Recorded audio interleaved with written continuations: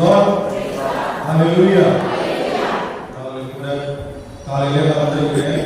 ஆண்டவருடைய ஆசீர்வாதத்தை பெற்றுக்கொள்வதற்கு வந்திருக்கோம்.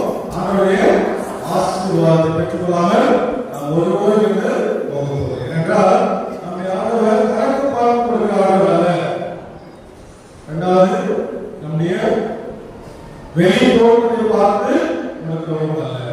ஆனால் நம்முடைய உள்ளத்தின் ஆழத்தை அறிகிற தேவன். ஹalleluya, ஹalleluya, ஹalleluya. அவரை தந்தையாக இறைவனாக மற்ற எல்லாரும் முகத்தை பார்த்து, நீங்க படிச்சிருக்க படிப்பை பார்த்து, நீங்க வச்சிருக்க வீட்டை பார்த்து, நீங்க போட்டிருக்க நகை உடைகளை பார்த்து மரியாதை கொடுக்கிறார்கள். ஆனால் நம் ஆண்டவரோ உள்ளத்தின் ஆழத்தை பார்க்கிறவராக இருக்கிறார். பாருங்க, லாசரு வந்து தெரியும். லாசரு ஒன்றுக்கு உதவாத ஒரு மனிதனாக இருந்தார். ஆனாலும் ஆண்டவரை எப்படி வைக்கிறார்கள்? அடிப்படை சூழ்நிலையில் இந்த நாளில் முக்கியமான ஒரு பங்கு இருக்கிறார். கோபுரம் தந்தைகள் அருந்தந்தைகளுக்காக வெளியே காத்திருக்கிறார்கள். கோபுரம் ஆச்சாரம் செய்யாமல் நாம் ஆண்டவரிலே போக முடியாது. அழகாக சொன்னாங்க, தகுந்த முன் தயாரிப்பு இல்லாமல் நாம் ஆண்டவரை உட்கார முடியாது என்றால் ஆண்டவருக்கு நாம் போக முடியாது. ஆனால் தயவு செய்து நாளிலே 5 நிமிடம் சேவை செய்து நம் ஆண்டவருக்கு நாம் ஒரு பெரிய காம்ப்ளிகேட்டடான சின்ன சேவை சொல்லி ஆண்டவருக்கு நாமும் அவரும் ஒன்றாக மாறுகிறோம். இதுல ஒரு பெரிய ஈகோ இல்ல, பெரிய கஷ்டமான காரியம் அல்ல, பெரிய பண செலவு செய்ய தேவையில்லை. பார்க்கிறோம், பணத்தை செலவு செய்து எவ்வளோ காரியங்கள் கொண்டு போய் அங்கே லைன்ல மணிக்கணக்கில் நாட்களுக்கு லைன்ல போய் அவர்கள் தரிசிக்கிறார்கள், பார்க்கிறார்கள். அவர் விசுவாசம் அப்படிப்பட்டதாக. ஆனால் நம்முடைய விசுவாசம், நம்முடைய ஆண்டவரோ ஒண்ணுமே ரொம்ப சிம்பிளா எளிமையான உள்ளத்தை திறந்து கொடுத்தார். அதை கூட நாம் செய்யவில்லை. நமக்கு என்ன பாருங்க, அதுதான் முக்கியமான ஒரு காரியம். அருந்தந்தைகள் உங்களுக்காக காத்துக் கொண்டிருக்கிறார்கள். ஜெபத்தோடு உங்களுடைய பாவங்கள் மன்னிக்கப்பட வேண்டும். அதான் நமக்கு வேறதில்லை. உங்களை பற்றி அறிந்து கொள்வதில்லை. உங்களுடைய தவறான இழிவான காரியங்களை கொண்டு கண்டு இது பண்ணதில்லை. அதை ஆண்டவருக்கு ஒப்புக்கொடுத்து உங்களுக்கு மன்னிப்பும் சமாதானத்தை பெற்றுக் கொடுங்க. அருந்தந்தைகள் காத்துக் தயவு செய்து கிடைக்கும் நேரங்களில் போய் நம்பிக்கைக்காக இருக்கிற இடத்துல போய் ஒரு பெற்றுக் கொள்ளுங்கள். அது முக்கியமானது, தேவையானது, அவசியம்.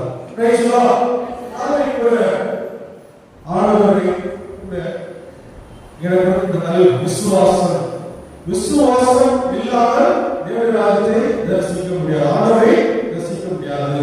விசுவாசம் இருப்பால்தான் ஆண்டவரை நாம் காண முடியும். ஆண்டவரோடு இணைய விசுவாசம் இருக்கிறவர்கள் பாவனையுமே நாம் பகிர்ந்து முடியும். விசுவாசம் இல்லாதவர்கள் பாவனையை பற்றி அக்கறை இல்லாதவர்களாக அதை நானே செய்ய வேண்டும், நானே பேசுகிறேன் பலவிதமான வியாபாரங்களை பேசிக் கொண்டிருக்கிறோம். காரணம் அடி நாளாயிருப்பது விசுவாசம் இல்லாமை. இந்த விசுவாசம் தான் நம்முடைய கிறிஸ்தவ வாழ்க்கைக்கு அடி ஆதாரமாயிருப்பது. ஒரு கட்டத்தினுடைய அஸ்திவாரமாயிருப்பது நமக்கு கண்ணுக்கு தெரியாது. அந்த அஸ்திவாரத்தை வெளிப்பட அஸ்திவாரம் கீழே இருக்கிறது. அந்த அஸ்திவாரம் என்ன? கிறிஸ்தவ வாழ்க்கையுடைய அஸ்திவாரம் என்றால் விசுவாசம். விசுவாசம் என்றால் நம்பிக்கை, நம்பிக்கைக்கான கீழ்ப்படிதல். அவ்வளவுதான். விசுவாசத்துக்கு பல பேர்கள் இருக்குது. அதுல நம்பிக்கை, கீழ்ப்படிதல்.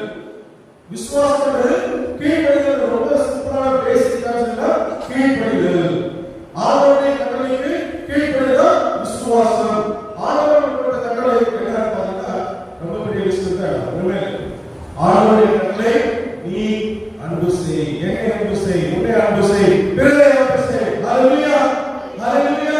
அவரே கேட்கவில்லை, நீ உன்னை அன்பு செய், ஆண்டவருடைய அத்தபிதாவை என்னை அன்பு செய், உன் அன்புகளை அன்பு செய். இதுதான் கட்டளை. வேற ஒரு கட்டளை அவருக்கு கொடுக்கல. பிரதான கட்டளையாக நமக்கு ஆண்டவர் இயேசு கிறிஸ்து சிலுவையில் மரித்ததற்காக கொடுக்கப்பட்ட கட்டளை இதுதான். அன்பு செய், நீ உன்னை அன்பு செய், உன்னை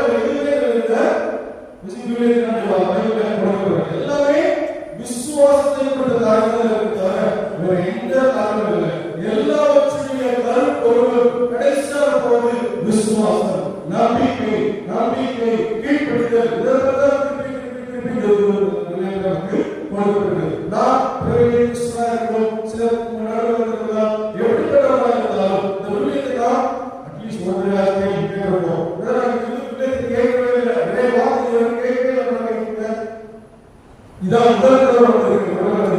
இதான் முதல் கடை. இந்த வார்த்தை கேட்கிறேன் சொல்றாங்களா? இல்ல. அது விசுவாசத்தை நாம் அனைவருமே அறிந்தவர்களாக இருக்கிறோம். யாருக்கும் சொல்ல தெரியாது, இது செய்ய தெரியாது, இதெல்லாம் கேட்கவே இல்லை, இதற்கு கொடுக்கப்படவே இல்லை, இதில் கற்றுத்தரவே இல்லை என்று சொல்லி யாரும் சாக்கு போக்கு சொல்ல முடியாது. ஏனென்றால் இதை நாம் அறிந்திருக்கிறோம், இதை நாம் உணர்ந்திருக்கிறோம், இதை நாம் ஒவ்வொருவருடைய முக்கியத்துவத்தை அறிந்தவர்களாக இருக்கிறோம். ஆனால் நமக்கு இருப்பதோ உதாசீனம். உதாசீனம் அது பார்க்கலாம், அது யார் பார்த்தா, அவர் கண்டிருக்கா, யார் பார்த்தா சொல்லி நாமே ஏமாற்றுவதால் காணப்படுவதாக இந்த விசுவாசத்தின் நம்பிக்கையை விட்டு கீழ்ப்படியாமல் பலவிதமான காரியங்களுக்கு கீழ்ப்படியாமல் நம்பிக்கை கொள்ளாமல் மாறுகிறது. இதனால நம்ம ஏற்படுகிறது இழப்பு. என்ன இழப்பு? என்ன இழப்பு? சூழ்நிலைகள், தரித்திரம், நோய், நல்ல உறவில்லாமை, நம்பிக்கை சமாதானம் இல்லாத அதோடைய விளைவுகள். விசுவாசம் இல்லாதனாலே, நம்பிக்கை இல்லாதனாலே ஏற்பட்ட பக்க விளைவுகள் நமக்கு ஏற்படுகிற உடல் சூழ்நிலைகள், நோய், துக்கம், சமாதானம் இல்லாமை, சண்டை, சச்சரவு, தரித்திரம், கடன், எல்லாவற்றுக்கு முக்கிய காரணமாக இருப்பது விசுவாசம் இல்லாமை. இந்த ஆளுமே நமக்கு விசுவாசம் இல்லாமை, அவருடைய நம்பிக்கை, அவர் கீழ்ப்படியாமல் போவதாலே ஏற்படுகிற விளைவுகள். ஆனால் அதற்கு மாறாக இதனால் கீழ்ப்படியாமல் விசுவாசப்படாமல் விளைவோ வாழ்வு, நித்திய வாழ்வு, நிலை வாழ்வு. இதை நமக்கு கொடுப்பது இந்த விசுவாசம், இந்த நம்பிக்கை, இந்த கீழ்ப்படியும் தன்மை நமக்கு நிலை வாழ்வை கொடுக்கிறது, நித்திய வாழ்வை கொடுக்கிறது. அந்த உலகத்துக்கு மாத்திரமான வாழ்க்கை அல்ல, கிறிஸ்தவ வாழ்க்கை. நல்லா புரிஞ்சுக்கிறேன். நிறைய பேர் இந்த உலகத்தில் வாழும் வாழ்க்கை தான் வாழ்க்கை. அதுக்கப்புறம் மரண வாழ்க்கை கிடையாது. நித்திய வாழ்வோடு நிலையான வாழ்வோடு அங்கே நாம் மகிழ்ச்சியோடு இன்னொன்று நாம் இருப்போம் உணர்வு அச்சமாக இருக்கிறோம். இந்த விசுவாசத்தை விட்டு இரண்டு போனாய் நாணயங்கள் பக்கம் இருப்பதனால நாயமாக இருக்கிறது. இல்லை என்றால் அது செல்லா காசாக ஒரு நோட்டில் ஒரு பக்கம் பிரிண்ட் பண்ணினா அது யூஸ் பண்ண முடியும், முடியுமா, பேங்க் கொடுக்க முடியுமா? முடியாது. அது போல இந்த உலக வாழ்க்கை மாதிரி ஒரு வாழ்க்கையை நினைத்து கொண்டிருக்கோம். நாம் செல்லாதவராய் காணப்படும், ஒரு இல்லாதவராய் காணப்படும். அதனால் இந்த உலகத்திலே எந்த பயனும் இல்லாதவர்களாக, எந்த பயனும் அற்றவர்களாக, ஒருவருக்கு உதவியில்லாதவர்களாக, ஒரு மனித பிண்டமாக வாழ்ந்துகிறவர்களே. இந்த விசுவாசத்தை நாம் எங்கே பெற்றுக்கொண்டோம்? எங்க பெற்றுக்கொண்ட விசுவாசத்தை சொல்லுங்க. கடவுள் பெற்றுக்கொண்டோம். இந்த உலகத்தில் நாம் எங்கே பெற்றுக்கொண்ட விசுவாசத்தை? ஞானஸ்நானத்தின் ஹல்லேலூயா, ஹல்லேலூயா. நமக்கு இலவசமாக சிறு குழந்தையாக 14 நாள், 40 நாள், 30 நாள், 45 நாள், ஆனால் அந்த நாளிலே இந்த திருமொழியின் வழியாக நாம் ஒரு விசுவாசத்தை பெற்றுக்கொண்டோம். ஹல்லேலூயா, ஹல்லேலூயா. இலவசமாக பெற்றுக்கொண்ட விசுவாசம் நம்மை வளர்ப்பதாக. நாம் எப்படி வளர்க்கிறோமோ, சின்ன குழந்தையாக இருக்கிற குழந்தை எப்படி படிப்படியாக வளருதோ அப்படிப்பட்டதான வளர்ச்சியை ஆண்டவர் நம்மை எதிர்பார்க்கிறார். அப்படிப்பட்டதான வளர்ச்சி பெறணும்னா நாம் ஆண்டவருடைய பிள்ளைகளாக இருக்க முடியும். அப்படிப்பட்டதான வளர்ச்சி விசுவாசத்தில் இருக்கின்றோம். உடலாலே எந்த பயனும் இல்லை. எல்லா குழந்தையும் உடலாலே வளர்ந்து கொண்டே இருக்கும். ஆனால் இந்த விசுவாசத்தின் வழியாக, இந்த விசுவாசத்தோடு நாம் வளர்வோம். நமக்கு விடுதலை உண்டு, ரட்சிப்பு உண்டு, நித்திய வாழ்வு உண்டு. இப்படிப்பட்டதான உணர்வுகளை நாம் ஏதோ நேரத்தில் எப்படி நாம் கேட்கிறதா இல்லை, இறைவாக்கு ஒவ்வொரு நாளும் உழைக்கப்படுகிறது, ஒவ்வொரு நிறுவனம் உழைக்கப்படுகிறது. ஆனால் நமக்கு இருப்பதோ வரது யார் மாதிரி இருப்பது பலகையை செயல். இந்த விதைப்பவருடைய உணவை நாம் பார்த்திருக்கிறோம். ஆனால் சொல்வார் விதைப்பை உணவிலே வாழ்க்கையில சிஸ்டர் 4 வாசகம் விதைக்கிற உணவை நாம் பார்க்கிறோம். மார்க்கு 4 முதல் வசனத்திலிருந்து சொல்லப்படுகிறது.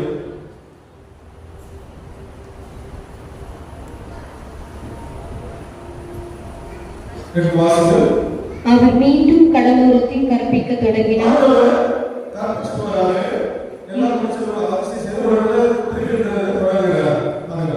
மாபெரும் மக்கள் கூட்டம் அவரிடம் ஒன்று கூடி வர அவர் கடலில் என்ற ஒரு படகில் ஏறி அமர்ந்தார். திரண்டிருந்த மக்கள் அனைவரும் கடற்கரையில் இருந்தனர். அவர் உவமைகள் வாயிலாக பலவற்றை அவர்களுக்கு கற்பித்தார்.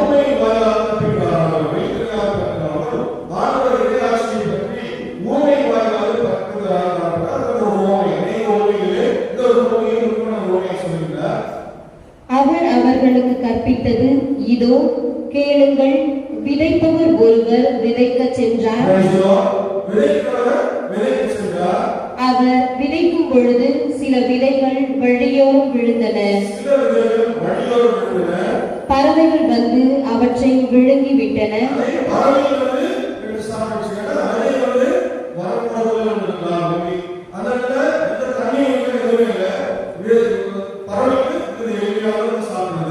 வேறு சில விதைகள் மிகுதியாக மண் இல்லாத பாறை பகுதிகளில் விழுந்தன. அங்கே மண் ஆழமாக இல்லாததால் அவை விரைவில் முளைத்தன.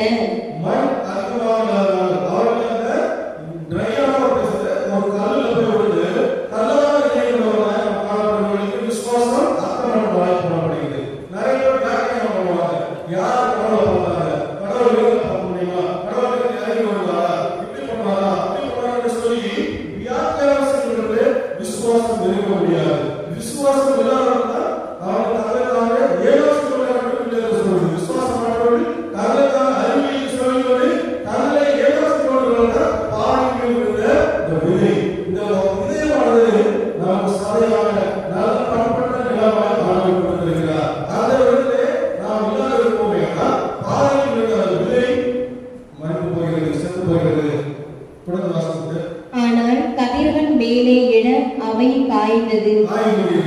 வேர் இல்லாமையால் கருகி போயின. மற்றும் சில விதைகள் முட்செடிகள் இடையே விழுந்தன.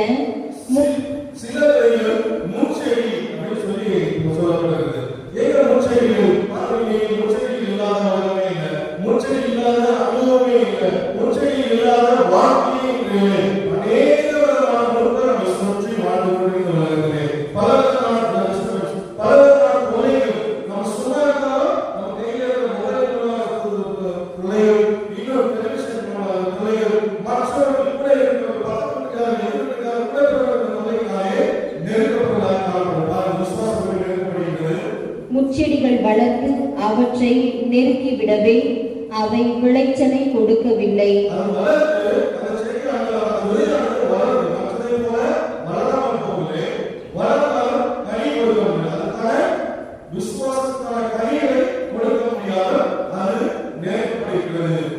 ஆனால் இன்னும் சில விதைகள் நல்ல நிலத்தில் விழுந்தன.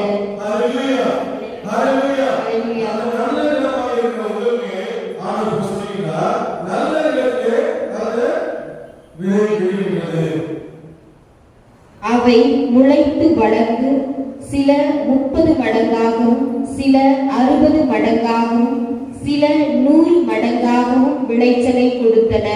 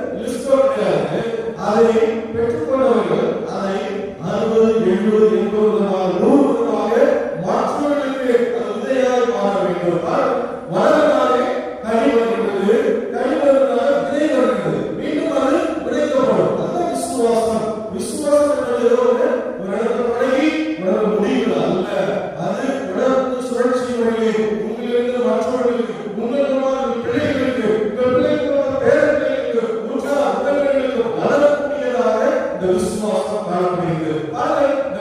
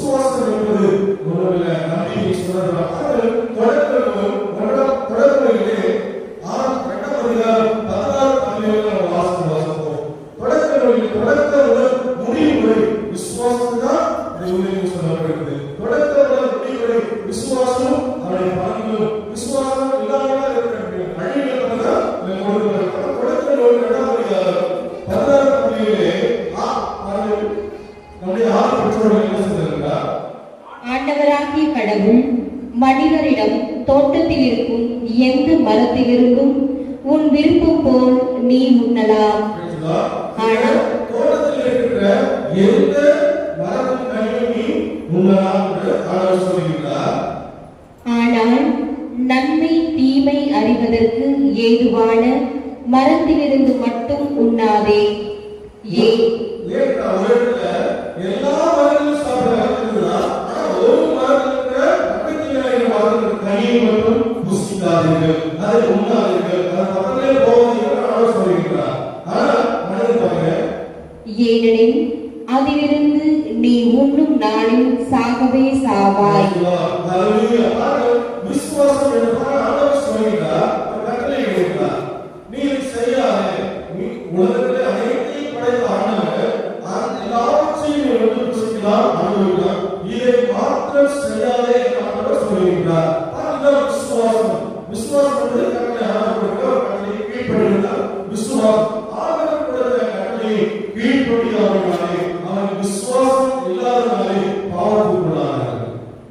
ஆதாம் பெற்றோராகிய ஆதாமுடைய அந்த தோட்டத்திலிருந்து வேர்களை வளர்ந்து தண்ணீர் வளர்க்கான பாவத்தை அவர் செய்தார். பாவத்தினுடைய வேர் எங்கிருக்கிறது? இந்த விசுவாசம் இல்லாமே.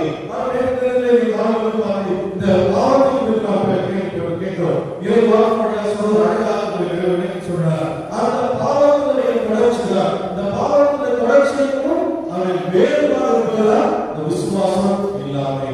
விசுவாசத்தால் நீங்க பாவம் செய்ய மாட்டீர்கள். பாவம் செய்ய மாட்டேன் நீங்கள் முடிவெடுக்கிறீர்கள். பாவம் செய்து நான் நீ பாவம் செய்ய மாட்டேன் என்று சொல்லி நீங்க என்ன முடிவெடுத்தாலும் நீங்கள் விசுவாசத்தால் மாத்திரமே பாவம் செய்யாமல் வாழ முடியும்.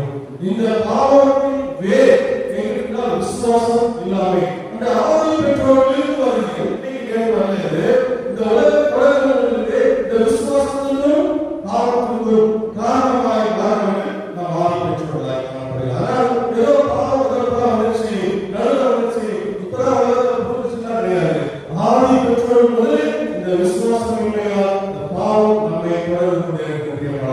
அப்படின்னா இந்த விசுவாசத்தை நாம் தவறுவிடுவோம், ஆண்டவருடைய கட்டளையை கீழ்ப்படியாமல் போவோம், நாம் பாவத்துக்கு தள்ளப்படுகிறோம். அதுதான் விசுவாசம் இல்லை. விசுவாசத்தால் ஆண்டவருடைய சொன்னதை அவர்கள் விசுவாசத்திற்காக நம்பி இருப்பார்களா, கீழ்ப்படிந்திருப்பார்களா, பாவங்களிலே வந்திருக்கிறார். இதுதான் விசுவாசம். விசுவாசம் ஏன் சொல்லணும் என்றால் இந்த விசுவாசத்தை கொண்டிருப்பது மாத்திரமே பாவம் செய்யாமல் வாழ்வில். பாவம் செய்யாமல் வாழ்வதற்கான ஆண்டவருக்கு நாம் நண்பராக இருப்போம், ஆண்டவருக்கு நாம் பிள்ளையாக இருப்போம், ஆண்டவருக்கு நாம் உறவு எப்போதும் நல்லா இருக்கும். அமைதியாக சந்தோஷமான வாழ்க்கை நாம் இந்த உலகத்திலே வெற்றியோடு வாழ முடியும். இது மாத்திரமல்ல, நம்ம வீட்டில் மறு உலகத்திலும் வாழ்க்கை கொண்டு போகிற படைக்கப்படுவது இந்த விசுவாசத்தின் வாழ்க்கை. இப்படிப்பட்டதான ஒரு முக்கியமான ஒரு ஆழமான கருத்தை நாம் அறிந்திருக்கிறோம், பெற்றிருக்கிறோம். திருவள்ளுவர் பெற்றுக்கொண்ட விசுவாசத்தை மறந்தவர்களாக வாழ்ந்து கொண்டிருக்கிறார்கள். கதையோடு சொன்னால் சொன்னாப்போ குறைந்தது 700 பேர் இருக்கும், குறைந்தது 1000 1000 இருக்க வேண்டும். ஆனால் விசுவாசம் இல்லாமல் போது அங்கே போய் கேட்கிறாங்க போது யாருக்கு எவ்வளவு பிரச்சனை இருக்கு, தண்ணி வந்து இன்னும் தண்ணி வந்தால் ஏற்பட்ட விளைவுகளை சரி செய்ய சொல்லி விசுவாசம் இல்லாமல் ஆண்டவரை நாம் ஒப்பு கொடுத்து ஆண்டவரை நாம் பணிந்து ஆண்டவரை நாம் சரி செய்யப்படால் ஆண்டவருடைய பிரச்சனைகள் நாம் தூக்கியவர்களாக இருக்கிறார். ஹல்லேலூயா, ஹல்லேலூயா. விசுவாசம் இருக்கிற நீங்கள் வந்திருக்கிறீர்கள். ஆனால் விசுவாசத்தில் அநேக பேர் இன்னும் வீட்டில் வருகிறார்கள். வீட்டில் என்ன பண்ணுவாங்க? மேக்சிமம் பேசிட்டு இருப்பாங்க, போன் எடுத்து போடுவாங்க, கொஞ்ச நேரம் டிவி பார்ப்பாங்க, சாப்பிடுவாங்க. இதுதான் அவங்க வாழ்க்கை அப்படியே இருக்கிறார்கள். இந்த விசுவாசத்தை பெற்றுக்கொள்கிறார். இந்த விசுவாசத்தை பெற்றுக்கொள்ள திருமணத்தின் வழியாக பெற்றுக்கொண்ட விசுவாசத்தை வளர்க்கிறவர்களாய் மாற வேண்டும். அப்படி மாற தவறுகிறார்கள். ஆகியோருடைய விசுவாசம் இல்லாமல் பாவம் உலகத்திலே உருவடைகிறது. அப்படிப்பட்டதான விசுவாசம் நம்முடைய வாழ்க்கையிலும் நம்முடைய பிள்ளைகளுக்கும் நாம் தவறான ஒரு வழி காண்பிப்பார். மாறக்கூடாது என்பதுதான் இப்படிப்பட்டதான தியானங்கள், இப்படிப்பட்டதான முயற்சிகள் நாம் எடுக்கணும். கேட்டால் இந்த பாவம் நம்மை அழிப்பதாக காண்பது. இந்த பாவம் நமக்கும் ஆண்டவருக்கும்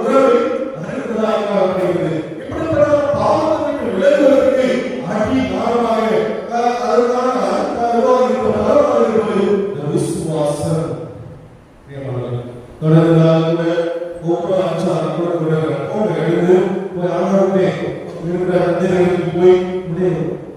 சின்ன சின்ன பாவங்கள் பெரிய எந்த பாவங்களை இருந்தாலும் போய் சொல்லி ஆண்டவர் மன்னிப்பு கேட்கிறாரா? நீங்க விசுவாசத்தில் உறுதிப்படுங்கள். ஹல்லேலூயா. விசுவாசத்தில் உறுதிப்படுங்கள். ஹல்லேலூயா. அது தேவையானது ஒவ்வொருவரும் பாவம் மன்னிப்பு. பாவம் மன்னிப்பில்லைன்னா தேவனை காண முடியாது. அவரோடு நாம் ஒன்றாய் பயணிக்க முடியாது. நாம் அவருடைய பிள்ளையாக காண முடியாது. நமக்கு அவர் தந்தையாக இருக்க முடியாது. நமக்கு ஆண்டவருடைய பிள்ளையாய் பெரிய வாழை பெரிய சூழலை இருப்பது இந்த பாவம். இந்த பாவத்திற்கு காரணம் என்பது விசுவாசம் இன்மை. ஒரு சின்ன ஒரு விசுவாசத்தின் வழியாக ஆண்டவரை படைத்தார். இதை யாரோ ஓகே, நீங்க விசுவாசம் இல்லாமல் இருக்கிறதுக்கு ஒரு மனிதனை உங்களால் படைக்க முடியுமா? ஒரு மனிதனை உங்களால் உருவாக்க முடியும். இந்த மனிதனுக்கு உச்சத்தலை உள்ள காலம் இருக்கிற ஆக்டிவிட்டிஸ் இது நடக்கிற நிகழ்வுகளை இன்னும் மருத்துவத்தை 10 வருஷத்துக்கு கண்டுபிடிக்கல. நீங்க நினைக்கிற ஒரு டிராவல்ஸ் கேட்டு இதெல்லாம் பூர்ணமா சுலபமாகும் எல்லாம் போய் கண்டுபிடிச்சிட்டீங்களா? இல்லவே இல்லை. இதை அறிந்து கொள்வதற்கு புரிந்து கொள்வதற்கு எத்தனை ஆயிரம் ஆண்டுகள் ஆகும் சொல்ல முடியாது. அப்படிப்பட்டதான பெரிய ஒரு அதிசயத்தை அற்புதத்தை நிகழ்த்திய ஆண்டவராகிய இயேசுவை ஆண்டவராகிய தந்தையாக ஆண்டவரை நாம் ஏற்றுக்கொள்ள வேண்டாம், விசுவாசிக்கவில்லை என்றால் நாம் எல்லாம் ஒரு அற்புதமாக காரணம். நம்ம கொடுக்கப்பட்ட எல்லாம் நாலேஜ் நினைக்க உலகத்தெல்லாம் தெரிந்து கொள்ள நாலேஜ் நினைக்கிறீங்களா? நம்ம இருக்கிற அறிவாலை உலகத்தை முழுவதும் தெரிந்து கொள்ள நினைக்கிறீங்களா? முடிய முடியாது. நம்ம கொடுக்கப்பட்ட சொந்தமான வாழ்கிறோம், வளர்கிறோம், 60 70 எண்பதுகளிலே நிமிடத்திற்கு போய்விடுகிறோம். ஆனால் நான் தெரியல, எனக்கு எல்லாமே தெரியும். உலகம் படிச்ச வாட்ஸ்அப் சொல்லி தெரிந்து கொண்டு தன் சர்ப்பமான புத்தியினாலே மதிப்பிட்டவர்கள் விசுவாசத்தை விட்டு விலகி போடுறாங்க. அதுதான் செய்கிற பாவமாக இருக்கிறீர்களே. நம்ம கொடுக்கப்பட்ட அறிவு மிக குறைவான எவ்வளவு பெரிய சயின்டிஸ்டா இருக்கணும், எவ்வளவு பெரிய அறிவாளியா இருக்கணும், ஆனால் அவருக்கு நிகராக அவருடைய அறிவுக்கு நிகராக யாரும் இருக்காது, ஒருவராக முடியாது. ஏனென்றால் அப்படிப்பட்ட மகத்துவமான தெய்வம். ஹல்லேலூயா. மகத்துவமான தெய்வம். இந்த உலகத்தை பார்க்க யோகுக்கு பார்க்கிறோம், திருப்பி யோகுக்கு படிப்போம். அதனால நான் மலர் படைத்த வானத்தை பார்த்தேன். அதில் இருக்கிற நட்சத்திரங்களின் கோள்களை பார்க்கும்போது ஆண்டவரை இணைப்பதற்கு வேண்டுவதற்கு எல்லாரும் சொல்லுவார். நீ ஒன்றுமே நட்சத்திரம் வானத்தை பாருங்க. நம்ம வீட்டுக்கு ஒரு கூரை அமைப்புக்கு சொல்ல பண்றோம். ஒரு வீட்டுக்கு ரூப் பண்றதுக்கு உலக இன்ஜினியர்ஸ் பண்றாங்க, டெக்னீஷியன்ஸ் பண்றாங்க. இந்த உலகத்திற்கே கூரை போடுறாங்க. ஆண்டவராகிய இயேசு கிறிஸ்து நான் ஆண்டவர் தந்தையா ஆண்டவர் கிறிஸ்து பார்த்து அதை கிடைச்சிட்டா ஒரு நிமிஷம் கழிச்சு பாருங்க. உங்க வாழ்க்கையில நீங்க நினைக்கிற பெரிய அறிவாளி, நான் ப்ரொஃபஸரா இருக்கேன், நான் சயின்டிஸ்டா இருக்கேன், நான் ஜர்னலிஸ்டா இருக்கேன், நான் பெரிய கம்பெனில நான் மேனேஜரா இருக்கேன், பேங்க் மேனேஜரா இருக்கேன், செக்ரட்டரியா ஒர்க் பண்ண நினைக்கலாம். நீங்க ஒண்ணுமே ஒரு வீட்டு அரசியல் உட்கார்ந்து வானத்தை பாருங்க, அதுல இருக்கிற நட்சத்திரத்தை பாருங்க, அதுல இருக்கிற கோள்களை பாருங்க, அதனை பாதையை பாருங்க. எவ்வளவு ஒழுங்காக இருக்கிறது சொல்லுகிறது. ஒரு காட்சி ஒரு மைக்ரோ செகண்ட் விட்டாலும் அது வெடித்து சிதறும், பூமியே இல்லாமல் போய்விடும். இதையெல்லாம் படைத்து இதையெல்லாம் ஒழுங்குபடுத்தி அதற்கான பாதைகளை உருவாக்கி அதற்கான சுழற்சிகளை உருவாக்கி அதையெல்லாம் கட்டு ஆகின்ற ஆண்டவருக்கு நம்புகிறேன். சொல்லி யார் பெரியவர்? ஆண்டவர் பெரியவர், நம்ம பெரியவரா? ஆண்டவர் பெரியவர். ஹல்லேலூயா. ஆண்டவர் பெரியவர். அதை போல நம்ம நிறுத்திக்கணும். நம்ம நினைச்சுக்கிறோம், நம்ம படிச்ச படிப்பாலும் நம்ம இருக்கிற பணத்தினாலும் நான் பெரியவர், நான் கோயில் போக மாட்டேன், பாதம் சொன்ன நான் கேட்கிறேன், அவர் நல்லா சொல்லுவாரு, நாம நல்லா செய்வோம், அவர் பெரியவரா, இவர் பெரியவரா, உபதேச பெரியவரா? அது இப்படிப்பட்டதான கேள்விகள் நமக்கு வருகிறது. அது எல்லாம் முடிவெடுத்து வாழ்க்கை நமக்கு பாருங்க, அது ஓர்களை பாருங்க, வீடுகள் பாருங்க, அதை எதுவுமே முடியாது. இங்க கொடுக்கப்பட்டுள்ள சயின்டிஸ்ட் கொடுக்கிற லிஸ்ட்லாம் not even 0.0%. அதுக்கு மேல இன்னும் அதிகமா இருக்கு, இன்னும் அதிகமான காரியங்கள் இருக்கிறது. அதை கண்டுபிடிக்கிற நாலேஜ் இல்ல, அதை கண்டுபிடிக்கிற டெக்னாலஜி நமக்கு இல்ல. அதான் உண்மை. தெரிந்ததே கடலில் ஒரு சொட்டு போல தெரிந்ததை பார்க்கும்போது அமேசிங்கா இருக்கு. சந்திரயான் 3 உலகம் கிடைக்கிறது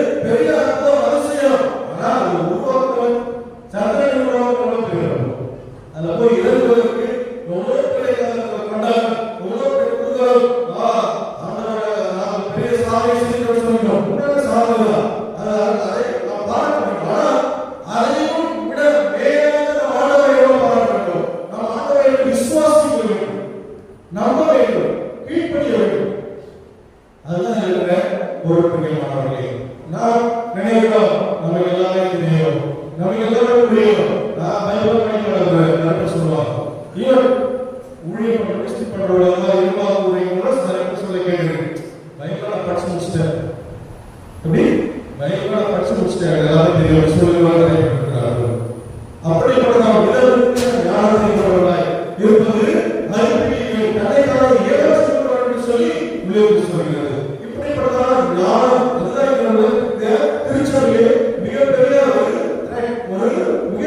ஒரு சமுதாயம் என்று போப்பாளர் சொல்கிறார். நான் சொல்றேன் பாப்பர் சொல்கிறார், இந்த உலகத்திலே இப்பொழுது இந்த நம்ம திருச்சபையிலே இந்த மாதிரியான ஞானிகள் அஞ்ஞானிகள் போன்ற நிறைய பேர் உருவாகி கொண்டிருக்கிறார்கள். அவர்களால் அவர் ஞானத்தினாலே தங்களுக்காக பெரியவர்களாக இணைந்து கொண்டு விசுவாசத்தையும் நம்பிக்கையையும் மதித்தார்கள். அதை புரட்டி போடுவதாக நான் சொல்கிறது.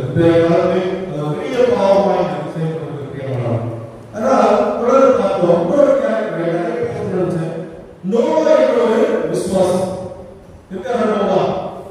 நோவா என்ன சொன்னாங்க படிப்பு கேட்கவே நம்ம தெரிஞ்சுக்கிறாங்க சொல்லுறேன். நோவா ஒரு நல்ல விசுவாசி, ஆண்டவரை விசுவாசித்தார். விசுவாசம் இல்லையா? நோவா விசுவாசம் எப்படிப்பட்ட ஒரு விசுவாசம் பாருங்க. மழை இல்ல, காற்று இல்ல, எதுவுமே இல்ல. ஆண்டவர் சொல்றார் ஒரு கப்பலை செய். அது செய்யறப்ப சின்ன போட்டா மீன் பிடிக்கிற போட் தயாரிப்பது இல்ல. அவர் போட்டு அங்கதான் இன்னைக்கு கப்பல் பண்ணுறதுக்கு முன்னோடியாக இருக்கிற ஒரு கஷ்டம். மிகப்பெரிய ஒரு கப்பலை ஒரு ஊழியான மனுஷன் மாத்திரம் இல்ல, இந்த உலகத்தில் எல்லா ஜீவராசிகளும் சக்திகளும் இருக்கும் அளவுக்கு மிகப்பெரிய ஒரு கப்பலை ஆண்டவர் செய்ய சொல்கிறார். அந்த வயதான மனிதர் பாதையில் ஆசிரிச்சாங்க, எல்லாரும் கிடைப்பாங்க. ஆனாலும் ஆண்டவர் சொன்னதை கேட்டார். அதை கேட்டது மாத்திரமல்ல, அது செய்தார். அதான் விசுவாசம். விசுவாசத்துடைய மூணாவது நம்முடைய தந்தைகளாக போய் நோவா நினைக்கிறாங்க.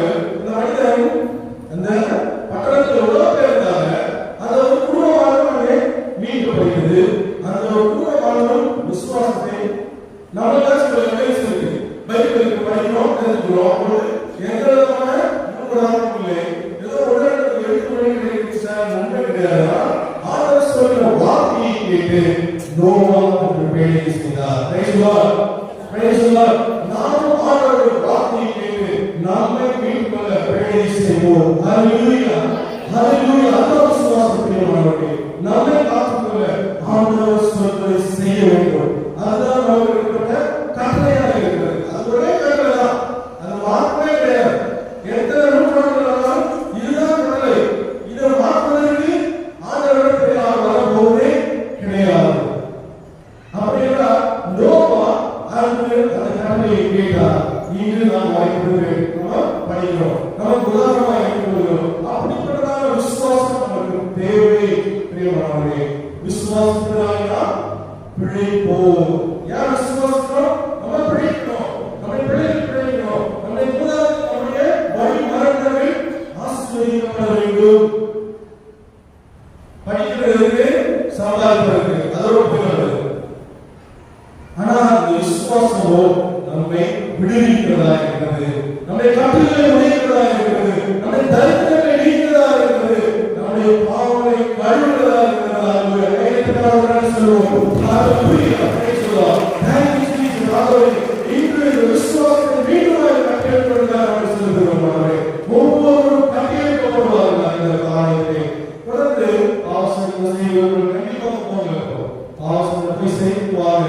ஒன்றும் பெரிய விஷயம் இல்லை.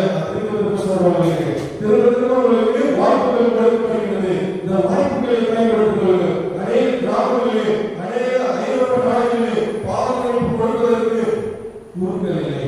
கிராமங்களில் வளர்ந்த நகரங்களிலே, பட்டணங்களிலே பாதுகாப்பு கொடுப்பதற்கு ஊர்கள் இல்லை. அதற்காக 100 கிலோமீட்டர் 200 கிலோமீட்டர் காலை பிரயாணம் செய்து போய் பாதுகாப்பு பெற்றுக்கொள்வதாய் காணப்படுகிறார். இங்கு இலவசமாக வீடு ஆரோக்கிய வந்து குருக்கள் காத்துக்கொண்டிருக்கிறார். இந்த வாய்ப்பை தவறவிடாதீர்கள். இது உங்களுக்கு ஆண்டவர் கொடுக்கும் கடைசி வாய்ப்பாக கூட இருக்கலாம். ஒருவேளை ஒரு கடைசி வாய்ப்பாக இருக்கலாம். நீங்கள் இருக்கிற நாளும் நீங்கள் இருக்கிற சொல்ல முடியாது. அப்படிப்பட்ட சூழ்நிலை வாழ்க்கை கொண்டிருக்கிற நாட்களில் கொடுக்கப்பட்ட வாய்ப்பை நீங்கள் பயன்படுத்திக் கொள்ளுங்கள்.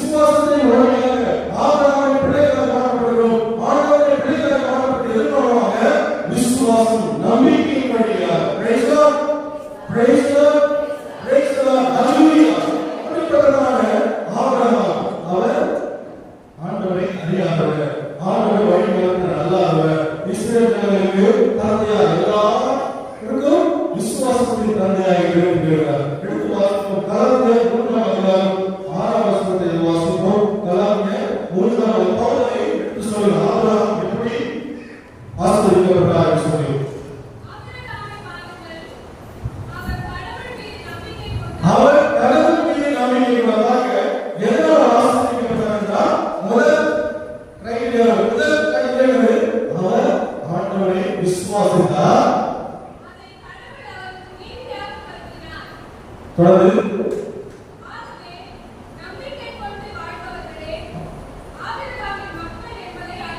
Praise God. நம்பிக்கை கொண்டவர் யார் என்பவர் ஆபிரகாம் மக்கள்.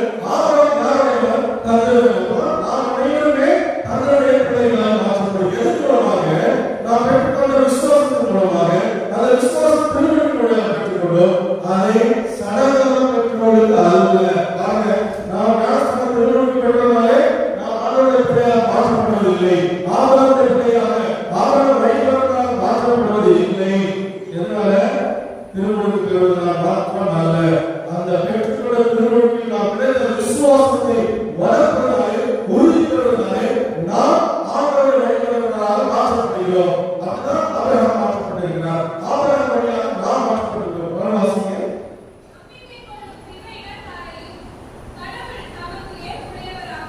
யாராக இருந்தாலும் விசுவாசத்தின் யோகத்திலே சொல்லுகிற மாந்தர் யாவரையும் எல்லாமே முற்றுமை. Praise God. Praise God. மாந்தர் யாவரையும் விசுவாசத்தில் உள்ளதான் போகிறது. மாந்தர் யாராக இருந்தாலும் முதலாவது இஸ்ரவேலர்கள் மாத்திரம்தான் ஆண்டவருடைய பிள்ளைகளாக இருந்தார்கள். விருத்தசேதனம் செய்தவர்கள் மாத்திரமே ஆண்டவருடைய பிள்ளைகள். மற்றவங்க ஆண்டவருடைய பிள்ளைகள் கிடையாது. அதுதான் நடந்துச்சு. ஆனா ஆண்டவராய் இயேசு கிறிஸ்து வந்ததற்காக நம்பிக்கை வழியாக நாம் ஆண்டவருடைய பிள்ளைகளாக மாற்றப்பட்டிருக்கிறோம். அப்படிப்பட்டதான நம்பிக்கை நாம் பெற்றுக்கொண்டிருக்கிறோம் என்றால் எவ்வளவு உயர்வை பெற்றவர்கள், எவ்வளவு உயர்வை பெற்றவர்கள் நாம் அனைவருமே. அப்படிப்பட்டதான ஆசீர்வாதத்தை பெற்றுக்கொண்ட நாம் அதை தாழ்நிலோவி ஒரு தாழ்நிலை பெற்றவர் அதை புதைத்து போனவர். நாம் தாழ்நிலை புதைக்கிறவர்களாய் அல்லாமல் அதை வளர செய்கிறவர்களாய் பெருக்கிறவர்களாய் ஒன்றை இரண்டாகவும் இரண்டை நாலாகவும் நாளை எட்டாகவும் பெருக்கக்கூடிய விசுவாசத்தை வளர்க்கக்கூடிய வாழ்கின்ற பொழுது நாம் ஆண்டவரால் அப்ரிஷியேட் ஆனவரால் நாம் ஆசீர்வதிக்கப்படுவதாக தெரியவர்களே. அது பழைய ஏற்பாட்டிலே 3 காரியங்களை பார்க்கிறோம். முதலாவது ஆதி பெற்றோரை பார்த்தோம். அவர்கள் விசுவாசம் இன்மையினாலே கீழ்ப்படியாமையினாலே, அதாவது விசுவாசம் கீழ்ப்படுதல், கீழ்ப்படுதல் விசுவாசம் தான், வேற ஒரு டிஃபரன்ஸ் இல்லை. அதனாலே இந்த தோட்டத்திற்கு வெளியே நிறுத்தப்படுகிறார்கள். அதன் மூலமாக பாவம் இந்த மனிதர்களே சந்திப்பிலே வருகிறது. அதற்கு கோவா பார்க்க இரண்டாவது தரையிலே ஒரு பாலை பிரதேசத்திலே கப்பலை கட்டுகிறார். எதன் அடிப்படையிலே? ஆண்டவர் விசுவாசத்தின் அடிப்படையில். ஆண்டவர் சொன்ன வார்த்தையை விசுவாசத்தினாலே அந்த பேரையை கட்டினார். அவர் குடும்பம் வரவே தப்பிக்கிறார். குடும்பத்தினர் மூன்றாவது விசுவாசத்தின் தந்தையாக ஆபிரகாம் அன்று தன்னுடைய சொந்த நிலத்தையும் கோபுரத்தையும் குலத்தையும் வீட்டையும் நிலத்தையும் விட்டு வந்ததாலே கடற்கரை மழை போல் வானத்தின் நட்சத்திரங்களை போல் எண்ண முடியாத சந்தையாக உயர்த்தே என்னை ஆசீர்வதிப்பேன் என்று சொன்ன ஆண்டவர் அப்படியே செய்திருக்கிறார். செய்திருக்கிறார். அதற்கு நாம் அனைவருமே சாட்சியாக இருக்கிறோம். இதுதான் விசுவாசம். விசுவாசம் என்பது நாம் ஆண்டவரை ஏற்றுக்கொள்வது மட்டுமல்ல, அவருடைய சொல் கட்டளைகளை கீழ்ப்படிதல். விசுவாசத்தினுடைய வரும் கீழ்ப்படிதல். விசுவாசம் நம்பிக்கை விசுவாசம் அதற்காக சிம்பிளான கீழ்ப்படிதல், அவருடைய கட்டளையை கீழ்ப்படிதல். அவ்வளவுதான். இதுதான் ஆண்டவருக்கு கொடுக்கிற கட்டளையா இருக்கு. நான் உன்னை அன்பு செய்வது போல நீ மறக்கிறாய். இதுதான் விசுவாசம். விசுவாசம் எல்லாவற்றும் இது செய்யணும்னா எல்லாம் நமக்கு காணாமல் வரும். அன்பு செய்கிறது உருவமையா, அன்பு செய்வது இல்லாமல் போகணும்னா நமக்கு விசுவாசம் இல்லாமல் விசுவாசம் இல்லாமலே நமக்கு வருவது பாவம். இதை கண்டினியூஸ் ஒரு தொடர் பயணம். விசுவாசத்தை இழந்தவர்கள் பாவத்தில் விழுகிறார்கள். பாவத்தில் விழுகிறவர்கள் அழிந்து போகிறார்கள். அவர்கள் அழிந்து போகிறார்கள். அவர் சந்ததியிலும் அழிந்து போகிறார்கள். ஆனால் விசுவாசத்தை பெற்றுள்ளோம். 60, 70, 80, 90 கனிப்படுகிற வாழ்க்கையை வாழ்வதால் இந்த விசுவாசம் நம்முடைய வாழ்க்கையை கனிப்படுகிற வாழ்க்கையால் மாற வேண்டும். பாவத்தில் நிரந்தரமாக நாம் விலக வேண்டும் என்றால் விசுவாசிக்க வேண்டும். ஆண்டவர் இறந்தார், வைத்தார், உயிர்த்தார், மீண்டும் வருவார் என்ற விசுவாசம் இருக்க வேண்டும். அது அன்பின் வழியாக நாம் எல்லாவற்றையும் ஏற்றுக்கொண்டு அதன் வழி நடப்பதால் நம்முடைய கட்டளையாக இருக்கிறது. எடுத்து வாசிக்கும் மார்க் 2ஆம் அதிகாரம் 5ஆம் வசனம். மார்க் 2ஆம் அதிகாரம் 5ஆம் வசனம்.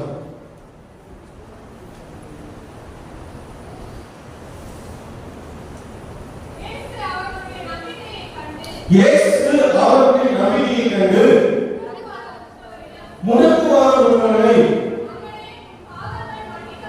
மகனே உன் பாவங்கள் மன்னிக்கப்பட்டது என்று நானே சொல்றேன். பாருங்க, விசுவாசத்தை பார்த்தாரு, பாவத்தை மன்னிக்கிறாரு, எழுந்து நடக்கிறாங்க. விசுவாசம் பாவத்தை வைக்கும், பாவங்களை அழிக்கப்படும். விசுவாசம் சரிப்படா பாவத்தை போய்விடும், தேவனுடைய உள்ளே வரும். ஹalleluya. கைகளை சொல்லுவார், அந்த விசுவாசத்தை பெற்றுக்கொள்ளலாம்.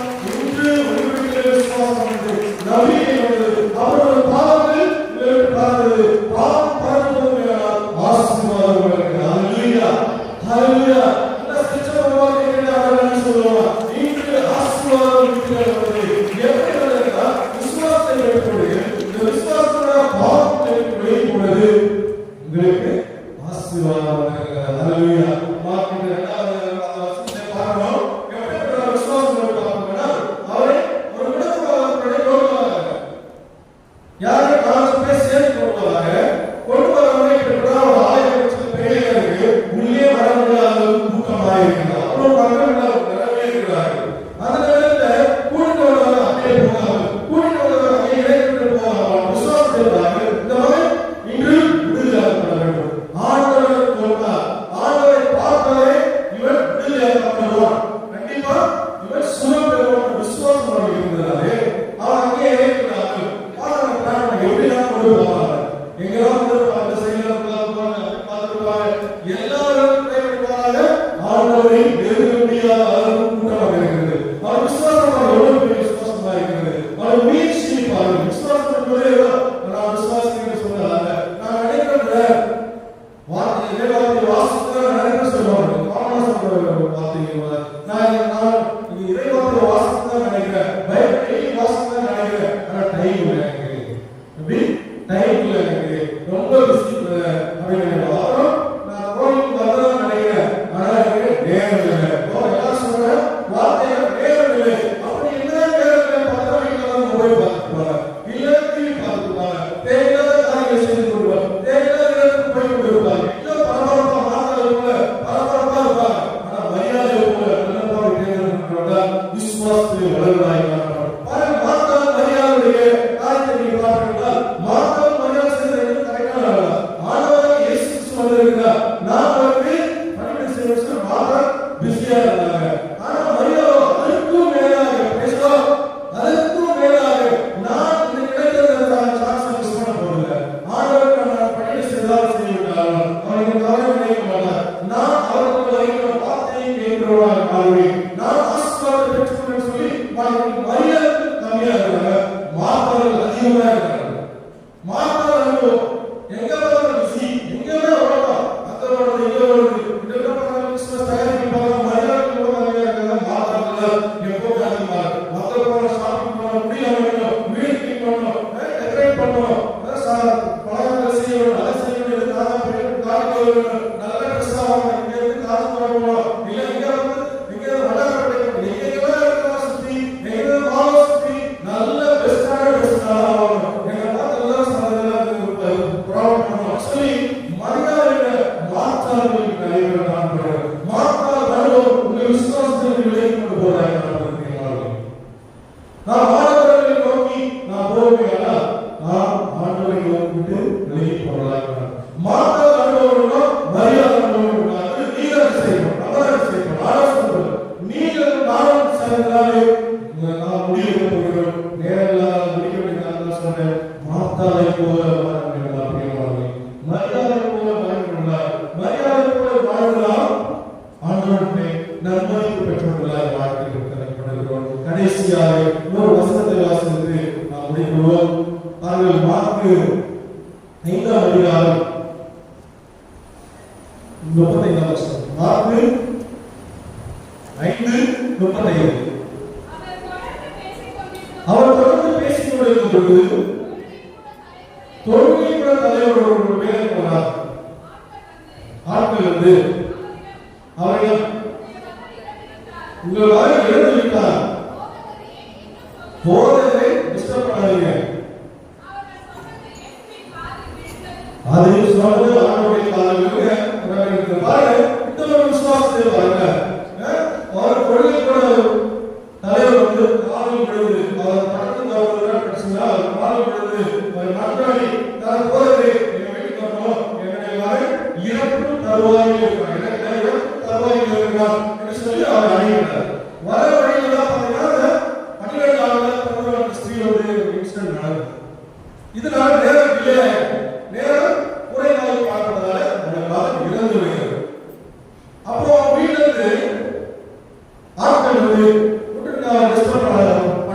உதவிச்சு அப்படின்னு நினைச்ச விசுவாசம் எப்படிப்பட்ட விசுவாசம் பண்ணிருந்தா அவரை டிஸ்டர்ப் பண்ணாங்க சொல்லி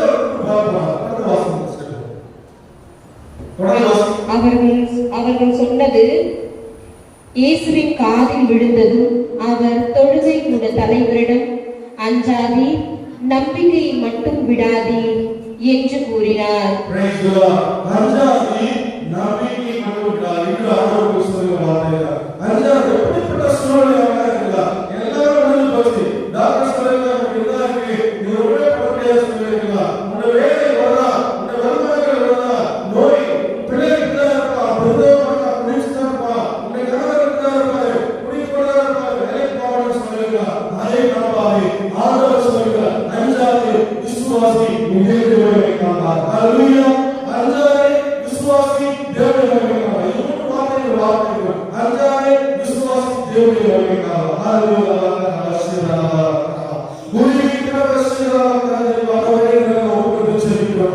விசுவாசம் என்பது நம்பிக்கை நம்பிக்கை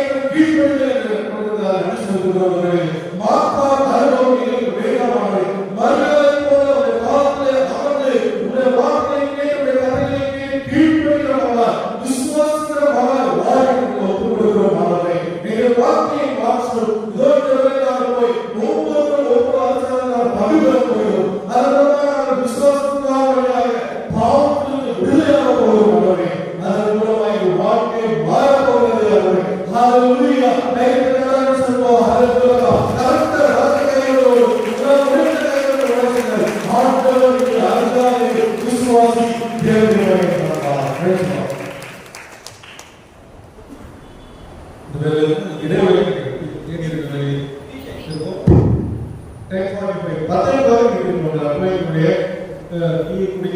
தண்ணி குடிக்கலாம் பாத்திரம் போட போயிட்டு சரியாக 10:45 வரலாம். இன்னும் டைம் இருக்கிறவங்க வந்து ஆபத்து இருங்க.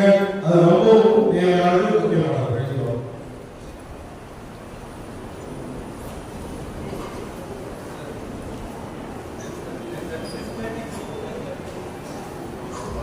பத்து நிமிஷம் டைம் இருக்கு. ஜோன்ஸ் அவருடைய வார்த்தைகள் இறைவார்த்தைகள்